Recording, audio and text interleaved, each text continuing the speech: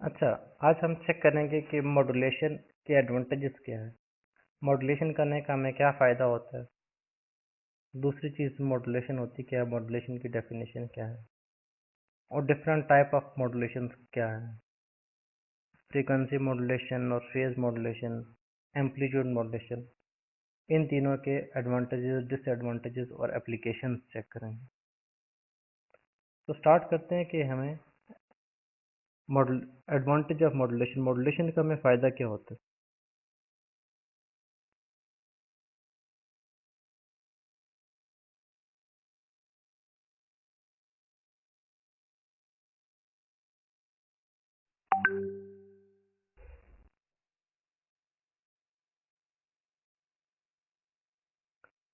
अच्छा, सबसे पहला मॉड्यूलेशन का हमें फ़ायदा तो ये होता है कि हमारा क्वालिटी ऑफ रिसेप्शन इंक्रीज हो जाती है। यानी कि जो चीज़ मैं यहाँ से बोल रहा हूँ वही चीज़ एज इट इज़ वहाँ पे सुनी जा रही है। ठीक है।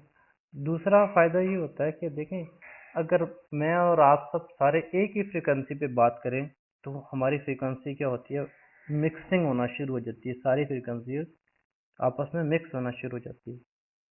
तो मॉड्यूलेशन से हमें एक फ्रीक्वेंसी मिक्स नहीं होती। हर बंदा अपनी फ्रीक्वेंसी के ऊपर कम्युनिकेट कर रहा होता है, तो इससे फ्रीक्वेंसी आपस में मिक्स नहीं होती। जब हर बंदा अपनी फ्रीक्वेंसी पे मिक्स कर रहा होता है तो हम क्या करते हैं, हमारे पास फ्रीक्वेंसी की एक एडजस्टेबल, हमारे पास एक ऑप्शन होती है कि हम बैंडविड्थ एडजस्ट कर सकते हैं। हमारे पास फ्लेक्सिबल बैंडविड्थ होती है।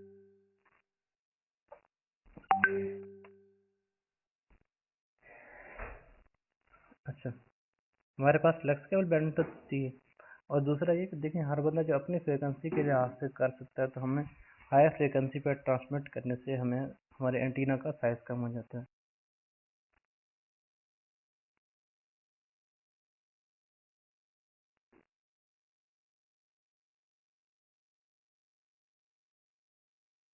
मॉड्यूलेशन चीज़ क्या होती है? Modulation is a technique in which signal is transmitted to receiver with the help of carrier signal. हम अपने सिग्नल को एक कैरियर की मदद से रिसीवर तक पहुंचाते हैं।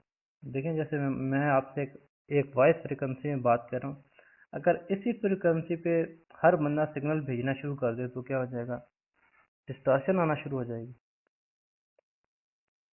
और दूसरा, हमें लेवल भी हाई चाहिए होगा आपस में बात करने के लिए। हर बंदा एक दूसरे को डोमिनेट करने की कोशिश करेगा तो सिग्नल इंटरफेरेंस आ जाएगी। मॉड्यूलेशन से हम क्या करते हैं कि हम एक कैरियर सिग्नल लेते हैं। कैरियर सिग्नल वो होता है कि जैसे देखें, FM 98 मेगाहर्ट्ज या 100 मेगाहर्ट्ज है। 100 मेगाहर्ट्ज का मतलब ये है कि हमारी ये आवाज़ की फ्रीक्वेंसी को 100 मेगाहर्ट्ज के ऊपर ट्रांसमिट कर रहा है। ठीक है। ट्रांसमीटर जो है, ट्रांसमीटर के ऊपर जो इंसान बैठा हुआ, उसकी वॉइस की फ्रीक्वेंसी वही है जो आम आवाज़ की फ्रीक्वेंसी होती है, लेकिन उसको हम एक कैरियर की मदद से 100 मेगाहर्ट्ज के ऊपर ट्रांसमिट कर देते हैं और फिर उससे क्या करते हैं, ट्रांसमिट कर देते हैं। जब रिसीवर वही वाली फ्रीक्वेंसी रिसीव करता है तो वो दोबारा उसको उसी लिहाज से, जिस लिहाज से कंप्रेशन की हो जाती है, उस लिहाज से एक्सट्रैक्ट करके अपना ओरिजिनल वाला डाटा ले लेते हैं। अच्छा, मॉड्यूलेशन की डेफिनेशन क्या है? Modulation is the process in signal is modulated to avoid carrier frequency transmission process. मतलब हम क्या करते हैं कि हम अपने ट्रांसमिशन के लिए, वही पहले वाली बात जो मैंने की, हम अपने सिग्नल को एक कैरियर की मदद से ट्रांसमिट कर देते हैं दूसरे हायर लेवल के ऊपर ना। हम इसमें कौन कौन सी चीज़ें चेंज करते हैं। हमारे पास एनालॉग सिग्नल के अंदर दो चीज़ें होती हैं, एक एंगल होता है और एक उसका एम्पलीट्यूड होता है। एम्पलीट्यूड यानी कि एक साइन वेव का maximum amplitude, for example 5 higher frequency, जो आपका सिंपल नॉर्मल मैग्नीट्यूड होता है। अच्छा, एम्पलीट्यूड और मैग्नीट्यूड में फ़र्क क्या होता है? एम्पलीट्यूड के केस में हमें डायरेक्शन भी पता होनी चाहिए, लेकिन मैग्नीट्यूड के केस में एक सिंपल, मैग्नीट्यूड एक सिंपल वैल्यू को कहते हैं। जैसे हम देखें, आप एम्पलीट्यूड कहते हैं एक साइन वेव के केस में, साइन वेव में एम्पलीट्यूड +5 से -5 तक वेरी करता है। लेकिन अगर -5 का मैग्नीट्यूड कहा जाए तो वो सिर्फ 5 है।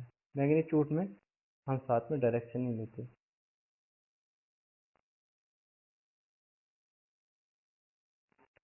ठीक है। अच्छा, मॉड्यूलेशन की टाइप्स क्या है? मॉड्यूलेशन हम क्योंकि एनालॉग सिग्नल के साथ कर रहे हैं तो सारे मैंने आगे ब्रैकेट में लिख दिया कि एनालॉग टाइप्स हैं सारे। डिजिटल मॉड्यूलेशन में भी इसकी अपनी टाइप्स होते हैं, एफएस के, पीएस के वगैरह, वो हम आगे चल के पढ़ेंगे। जैसे अभी मैंने बात कि हम दो सिग्नल की दो चीज़ें चेंज कर सकते हैं, एक एंगल और एक दूसरा उसका एम्पलीट्यूड। ठीक है, एंगल के अंदर आगे दो सब कैटेगरीज। एंगल चेंज करने के लिए हम उसकी फ्रीक्वेंसी के आगे पीछे उसकी फ्रीक्वेंसी वेरिएशन कर सकते हैं। जब फ्रीक्वेंसी के अंदर वेरिएशन करते हैं तो हमारा फ्रीक्वेंसी वेरिएशन की मदद की वजह से जो हमें मॉड्यूलेशन मिलती है उसको हम फ्रीक्वेंसी मॉड्यूलेशन कहेंगे। अब जब हम फ्रीक्वेंसी वेरिएशन करते हैं तो उस केस में हम अपना एम्पलीट्यूड कांस्टेंट रखते हैं, हम सिर्फ फ्रीक्वेंसी वेरी कर रहे होते हैं। तो एक केस में हम फ्रीक्वेंसी वेरी करते हैं, एम्पलीट्यूड कांस्टेंट रखते हैं, तो हम उसको फ्रीक्वेंसी मॉड्यूलेशन करते हैं। दूसरे केस में हम अगर हम एम्पलीट्यूड वेरी करें और फ्रीक्वेंसी कांस्टेंट रखें तो उसको एम्पलीट्यूड मॉड्यूलेशन कहते हैं।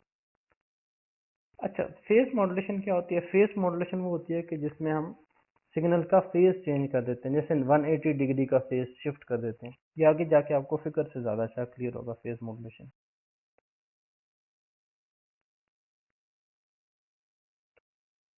फ्रीक्वेंसी मॉड्यूलेशन वही जो अभी मैंने आपको बताया कि हम अपने सिग्नल को एम्पलीट्यूड कांस्टेंट करके हम फ्रीक्वेंसी को चेंज करते हैं, तो इसी वजह से इस प्रोसेस को हम फ्रीक्वेंसी मॉड्यूलेशन कहते हैं। ठीक है, अब ये देखें, मॉड्यूलेटिंग सिग्नल हमारा एक्चुअल सिग्नल ये है जिससे हम बात कर रहे हैं। ठीक है, इस सिग्नल को हमने हायर फ्रिक्वेंसी पे शिफ्ट करना है तो उसके लिए हम एक कैरियर सिग्नल इस्तेमाल करते हैं। ये कैरियर, जैसे देखिए आवाज़ की फ्रिक्वेंसी बस करें 4 मेगाहर्ट्ज़ है और मैंने इसको ट्रांसमिट करना है से 100 मेगाहर्ट्ज़ के ऊपर, तो मुझे कैरियर जो है वो हायर फ्रिक्वेंसी 100 से फॉर एग्जांपल के तौर पर 100 मेगाहर्ट्ज़ का ही हम कैरियर ले लेते हैं। ठीक है, जब ये कैरियर इस सिग्नल के लिहाज से वेरी होता है तो फ्रीक्वेंसी मॉड्यूलेशन में इसका एम्पलीट्यूड वेरी नहीं होगा, इसका सिर्फ फ्रीक्वेंसी वेरी होगी। अब देखें यहाँ से इसका क्या जी, ये सिग्नल की वैल्यू लो है, चलते जाते हैं चलते जाते हैं चलते जाते हैं, हमारा सिग्नल लो है, हाई होना शुरू हो गया, मैक्सिमम तक पहुँच रहा है। नेगेटिव साइड पे गया, जब नेगेटिव मैक्सिमम हुआ तो इस फ्रीक्वेंसी और इस फ्रीक्वेंसी में डिफरेंस है। ठीक है, अब देखें यहाँ पे फ्रीक्वेंसी साइकिल्स पर सेकंड कम है ना, नंबर ऑफ साइकिल्स पर सेकंड यहाँ कम है, यहाँ पे और भी कम है। अब यहाँ पे आगे देखें, नंबर ऑफ साइकिल्स पर सेकंड ज़्यादा, फ्रीक्वेंसी क्या होती है साइकिल्स पर सेकंड, यहाँ पे नंबर ऑफ साइकिल्स पर सेकंड और भी ज़्यादा है। तो फ्रीक्वेंसी क्या है, यहाँ फ्रीक्वेंसी ज़्यादा है, यहाँ फ्रीक्वेंसी उससे थोड़ी कम है, यहाँ और भी फ्रीक्वेंसी कम है, यहाँ मिनिमम फ्रीक्वेंसी है। तो मैक्सिमम एम्पलीट्यूड के ऊपर हम मिनिमम फ्रीक्वेंसी दे रहे हैं और मिनिमम एम्पलीट्यूड के ऊपर मैक्सिमम फ्रीक्वेंसी दे रहे हैं। इसी तरह हमारा सिग्नल वेरी हो रहा है, आगे भी चेक करें। लेकिन जब सिग्नल हाई होता है, राइजिंग शुरू हो जाता है, तो हमारी फ्रीक्वेंसी उसी लिहाज से कम होना शुरू हो जाती है। और सिग्नल जब नेगेटिव मैक्सिमम पर पहुंच गया तो फ्रीक्वेंसी दोबारा मैक्सिमम पे होगी। इस केस में एक चीज़ चेक करनी है कि मैग्नीट्यूड, जिस केस में एम्पलीट्यूड सारों का एक जितना रहा। देखिए इन सारे सिग्नल्स की हाइट एक जितनी है, चाहे पॉजिटिव एम्पलीट्यूड कह दें चाहे नेगेटिव एम्पलीट्यूड कह दें, सारा एक जितना रहा। हमने वेरी क्या किया, साइकिल्स पर सेकंड, सिर्फ फ्रीक्वेंसी वेरी की। तो फ्रीक्वेंसी मॉड्यूलेशन में हम फ्रीक्वेंसी वेरी करते हैं और एम्पलीट्यूड कांस्टेंट रखते हैं। अच्छा, फ्रीक्वेंसी मॉड्यूलेशन के डिफरेंट फ़ायदे हैं। देखिए फ्रीक्वेंसी मॉड्यूलेशन में हमारे ज़्यादातर जो डिस्टॉर्शन आती है, जो नॉइज़ आती है, वो एम्पलीट्यूड्स के अंदर आती है। तो जब हम फ्रीक्वेंसी वेरी कर रहे होते हैं तो सिग्नल्स के अंदर नॉइज़ कम आती है, तो इसी वजह से कहते हैं कि ये नॉइज़ रेजिस्टेंट है। ठीक है,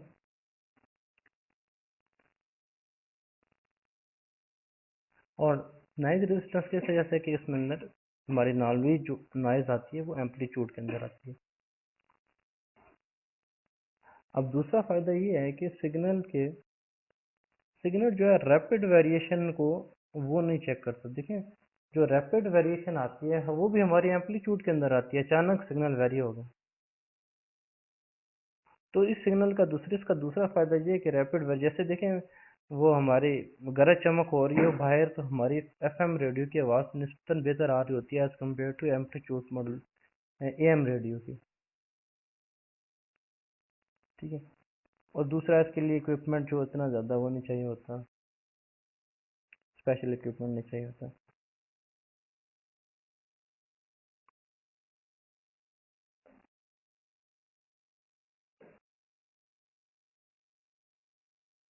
अच्छा, अब इसके फ़ायदे हैं तो इसके कुछ नुकसान भी होंगे।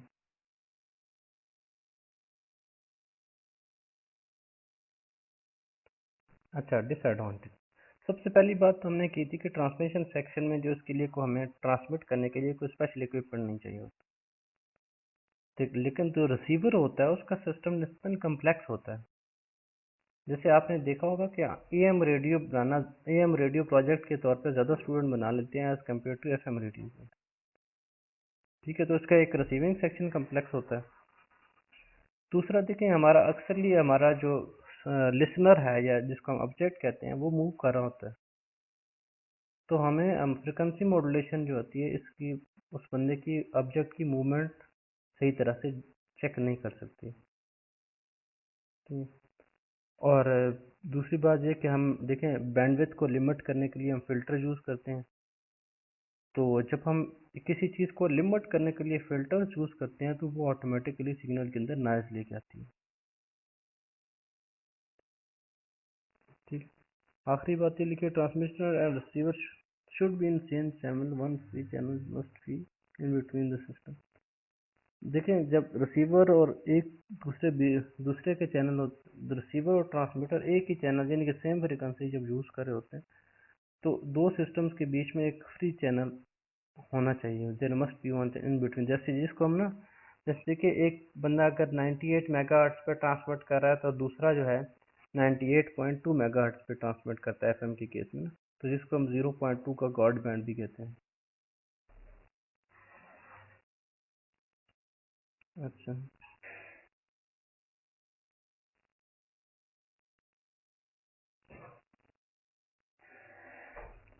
अब इसकी एप्लीकेशन,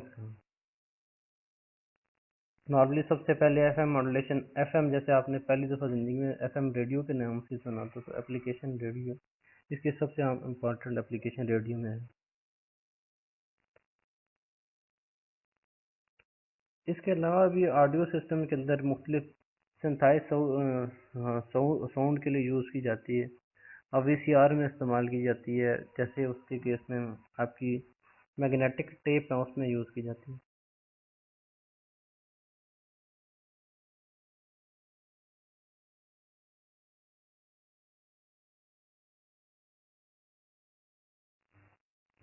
अच्छा, अगला है कि फेस मॉड्यूलेशन। फेस मॉड्यूलेशन में हम क्या करते हैं, सिग्नल का फेज वेरी करते हैं।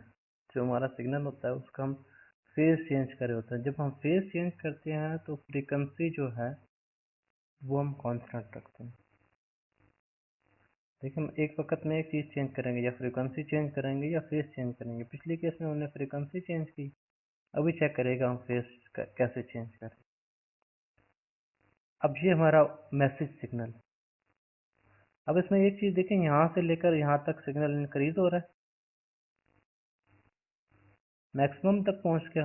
अब फिर इधर सिग्नल डिक्रीज होना शुरू हो गया, नेगेटिव मैक्सिमम तक पहुँच गया। अब नेगेटिव मैक्सिमम से फिर दोबारा सिग्नल इंक्रीज होना शुरू होगा, पॉजिटिव मैक्सिमम तक पहुंच गया। पॉजिटिव मैक्सिमम से फिर दोबारा सिग्नल डिक्रीज होते हुए नेगेटिव मैक्सिमम तक पहुंच। तो सिग्नल की यहाँ एक वेरिएशन थी, यहाँ सिग्नल इंक्रीज होने से डिक्रीज होना शुरू हुआ। ठीक है,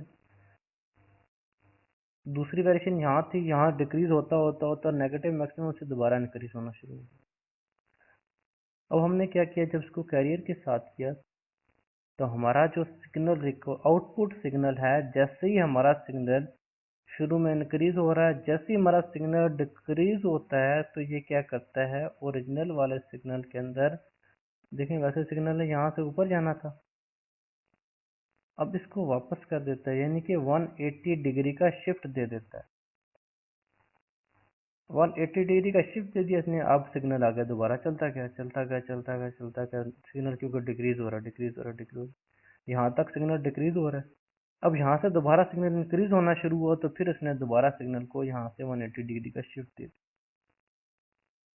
अब इसी तरह से यहाँ सिग्नल इंक्रीज करता गया करता गया करता गया, जब मैक्सिमम तक पहुँच गया तो फिर यहाँ से डिक्रीज होना शुरू हुआ। जब यहाँ पे दोबारा डिक्रीज होना शुरू हुआ तो हमने सिग्नल को फिर 180 डिग्री का शिफ्ट दे दिया। और डिक्रीज होने के बाद यहाँ पे नेगेटिवली डिक्रीज होता क्या करता है, यहाँ तक सिग्नल डिक्रीज होता हुआ, फिर इसके बाद जब दोबारा जहाँ से इंक्रीज होना शुरू हुआ तो फिर 180 डिग्री का शिफ्ट है। अब देखें जो पहले वाला सिग्नल था रेफरेंस के साथ, अब क्या हुआ, यहाँ पे चेंज आ गया। पहले अगर इंक्रीज कर रहा था तो अब डिक्रीज कर रहा है, ठीक है। अब डिक्रीज कर रहा है डिक्रीज कर रहा है डिक्रीज कर रहा है डिक्रीज कर रहा है डिक्रीज कर रहा है। अब यहाँ पे फिर एक नया चेंज आ गया, अब डिक्रीज के बाद इंक्रीज हो गया। अब यहाँ से सिग्नल इंक्रीज कर रहा है इंक्रीज कर रहा है इंक्रीज कर रहा है इंक्रीज कर रहा है इंक्रीज कर रहा है। अब फिर यहाँ से दोबारा देखें, यहाँ से फिर दोबारा सिग्नल डिक्रीज होना शुरू, फिर ये सारा डिक्रीज कर रहा है यहाँ तक, फिर आगे सिग्नल से दोबारा यहाँ से लेकर दोबारा इंक्रीज होना शुरू। तो फेज के केस में हम 180 डिग्री का फेज शिफ्ट देते हैं। देखें इसके सारों के साइकिल्स पर सेकंड सेम रखते हैं। फेज मॉड्यूलेशन ज़्यादातर वहीं इस्तेमाल की जाती है जहाँ पे मोर और लेस फ्रीक्वेंसी वाली जगह पे यूज़ की जाती है।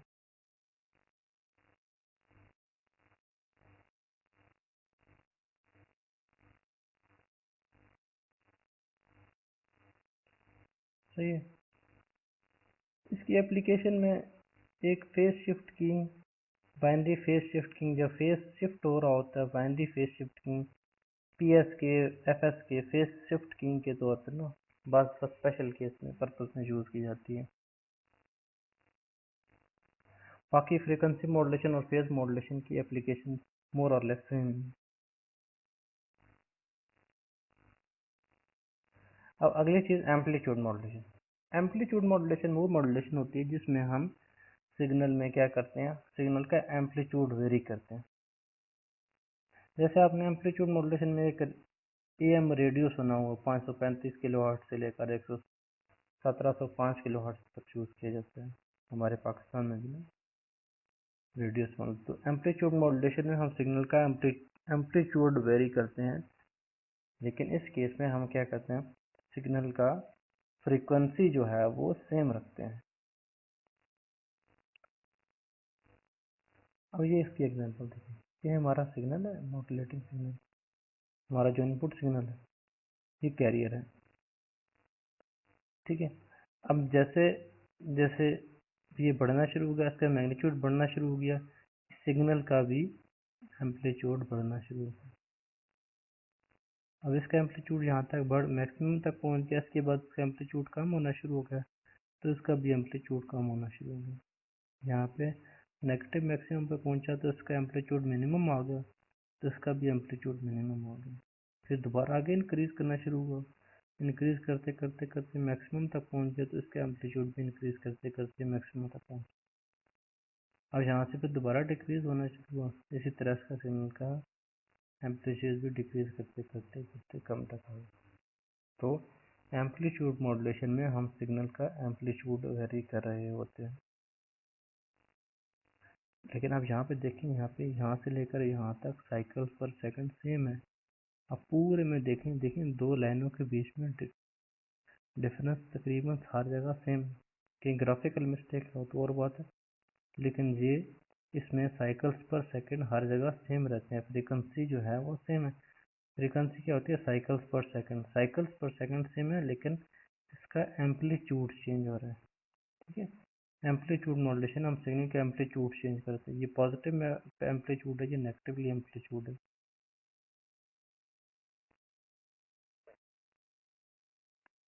बस इस एम्पलीट्यूड मॉड्यूलेशन के भी कुछ फ़ायदे हैं। एम्पलीट्यूड मॉड्यूलेशन का सबसे बड़ा फ़ायदा ये है कि हम दूर तक ट्रांसमिट कर सकते हैं, ठीक है, लॉन्गर डिस्टेंस के लिए चला सकते हैं।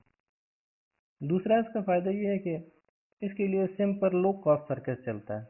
जो हमारा सर्किट होता है वो एफएम की तरह इतना कम्प्लेक्स नहीं होता, और एम्पलीट्यूड मॉड्यूलेशन एम्पलीट्यूड रेडियो बनाने में इसका बहुत आसान होता है। जो हमारे एम्पलीट्यूड रिसीवर जो हम रेडियो हम लेते हैं वो हमारा रिसीवर होता है ना, जो घरों पे हम रेडियो इस्तेमाल करते हैं, तो आपने देखा होगा कि एम्पलीट्यूड AM रेडियो बिल्कुल छोटा सा ज़रा सा आपको मिल जाता है सिर्फ हेडफोन के साथ। अच्छा, इसकी कॉस्ट कम होती है, और इसके अलावा इसका इसका फ़ायदा ये भी होता है कि इसकी बैंडविड्थ लिमिट जो होती है वो ज़्यादा होती है, जो कि एक और इसका FM के ऊपर फ़ायदा होता है। ठीक है, इसमें ट्रांसमीटर और रिसीवर वेरी सिंपल होते हैं, इसमें से हम इस्तेमाल कर सकते हैं। ठीक है, zero crossing equipment amplitude modulation, zero crossing दोनों आपस में एक बराबर के डिस्टेंस पे होते हैं। अच्छा, अब इसके एम्पलीट्यूड मॉड्यूलेशन के फ़ायदे के अलावा कुछ चंद एक नुकसान आते हैं। ठीक, एम्पलीट्यूड मॉड्यूलेशन का सबसे बड़ा नुकसान ये है कि एम्पलीट्यूड मॉड्यूलेशन के अंदर, जैसे मैंने आपको पहले बताया था कि डिस्टॉर्शन एम्पलीट्यूड फ्रीक्वेंसी मॉड्यूलेशन में डिस्टॉर्शन कम आती है, क्योंकि ज़्यादातर डिस्टॉर्शन हमारी एम्पलीट्यूड्स में आती है। जब डिस्टॉर्शन ज़्यादा एम्पलीट्यूड में आती है तो एम्पलीट्यूड मॉड्यूलेशन के अंदर एम्पलीट्यूड रेडियस की एम्पलीट्यूड मॉड्यूलेशन में सबसे बड़ा डिसएडवांटेज ये है कि हमारा डाटा लॉस हो जाता है। इसके अंदर noise as compare to FM की काफ़ी ज़्यादा आ जाती है।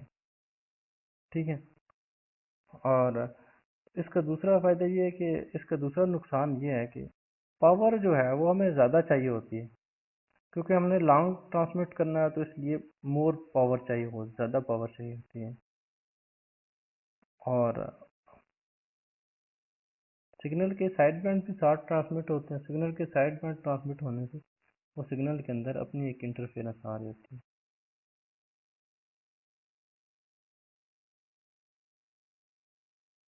और एम्पलीट्यूड मॉड्यूलेशन की एप्लीकेशन, पहले जितनी भी टेलीफोन लाइन्स की उनके बीच में मोर्स कोड होते थे, और वहाँ पे रेडियो ट्रांसमिशन के अंदर टेलीफोन लाइन्स के अंदर सारी एम्पलीट्यूड मॉड्यूलेशन यूज़ की जाती थी। एम्पलीट्यूड रेडियो यूज़ किया जाता है प्लगिंग। इसी तरह डिजिटल सिस्टम के अंदर हमारा एम्पलीट्यूड मॉड्यूलेशन डिफरेंट जगह पे अप्लाई किया जाता है। अच्छा, ये था आज तक का लेक्चर। इसके अगले लेक्चर में फिर मुलाकात है।